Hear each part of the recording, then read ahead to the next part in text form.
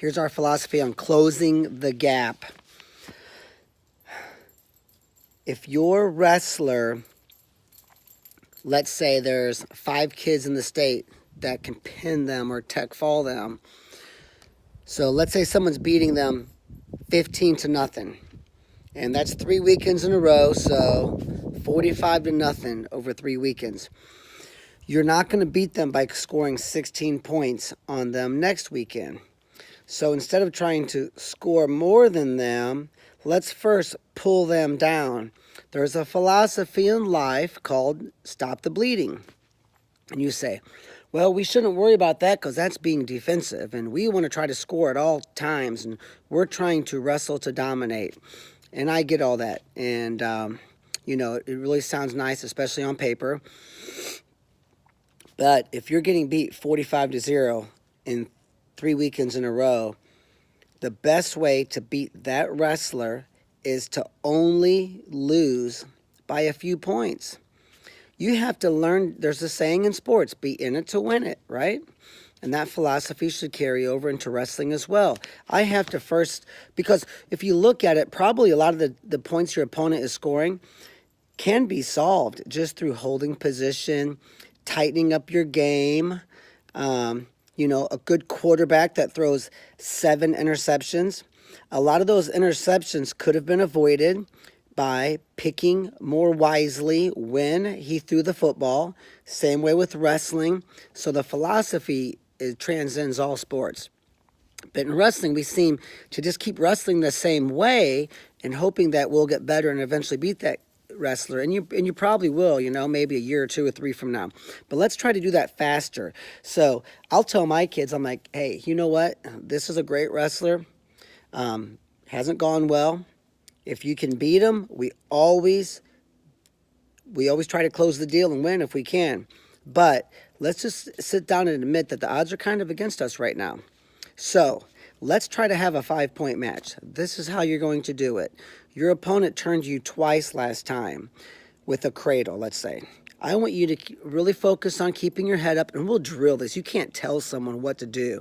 I can't tell you how to do a round-off back handspring on a balance beam. You have to drill it. So get them and drill this stuff 5, 6, 7, 8, 9 times over a week or 2 leading up into the match. Just 5 minutes here, 10 minutes there, 2 minutes there, just as a refresher. So you work your cradle defense and you work body position, which is probably the main way to keep from getting cradled. And so now I've taken 6 points of that 15, and those are no longer on the board. Plus you can say, well, you got your feet 4 times, but you never got an escape. So we work on, isolating the hands on a hip, digging your thumbs in a hole, right? And you walk your foot forward 3 or 4 times. You throw your hip to the sky. All these things, some of you who have our DVD series understand what we're talking about here. And you shore up the technique from there. So now we're hoping that we can get 1, maybe 2 points from there.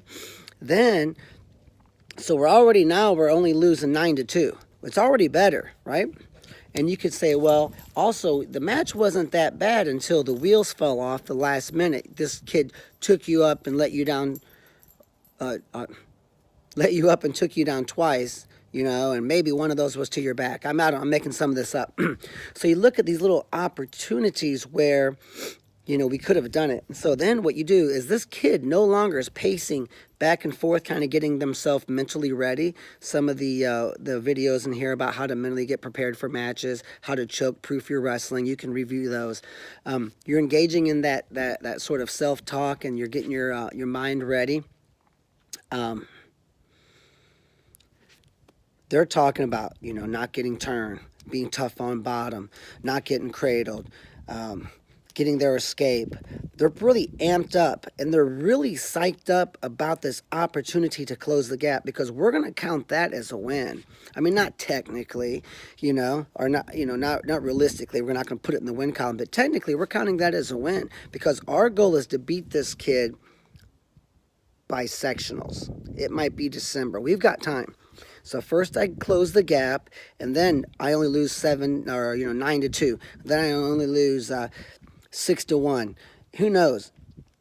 And then eventually, you can do this in practice too. This is where you're really going to get good at learning how to beat people who are better than you. Grab kids in practice who are better and implement this strategy, and take a pen and a piece of paper and write some of these things down. And your game plans and tactics and how you're going to do it. It's really sort of a lot of fun. It's like a puzzle, you could say, that you're figuring out. And then once you're having a 5-to-1 match with this kid, now you're in striking distance. So then here we come at sectionals. You say, well, I lost 5-to-1 last time, 5-to-2 the time before. This is my day. Who knows? You get the first takedown, you write them out, they defer, not very smart. We pick bottom, we hate to defer, by the way. You get your escape, now you're winning 3-0, halfway through the match. Now the wheels falls off of your opponent emotionally, and their self-doubt starts to creep in, and that's when the tables can turn. So there's our advice on closing the gap, and it's no different in track. In track and field, you have a PR. I can get 20th place in the cross-country meet, but if I've ran faster than I've ever ran before, I have something to be proud of, and that's all we're trying to do. In wrestling, you either get your hand raised and you're a winner, or you don't and you're a big fat loser. We want to take that out of it, the emotional sting. We have to take out of this. And just like a weightlifter, if they want to bench press 200 pounds, but they can only do 125, I'm sorry, but you're not going to bench press 200 pounds today. Not even 180. But you might do 130, right? You might do 122. You might do 131 on a good day. I don't know. You're progressing through, and you're admitting that you're not ready to lift that weight yet. And you're okay with that. We take the emotion out of it. We like to approach our wrestling intellectually and not emotionally.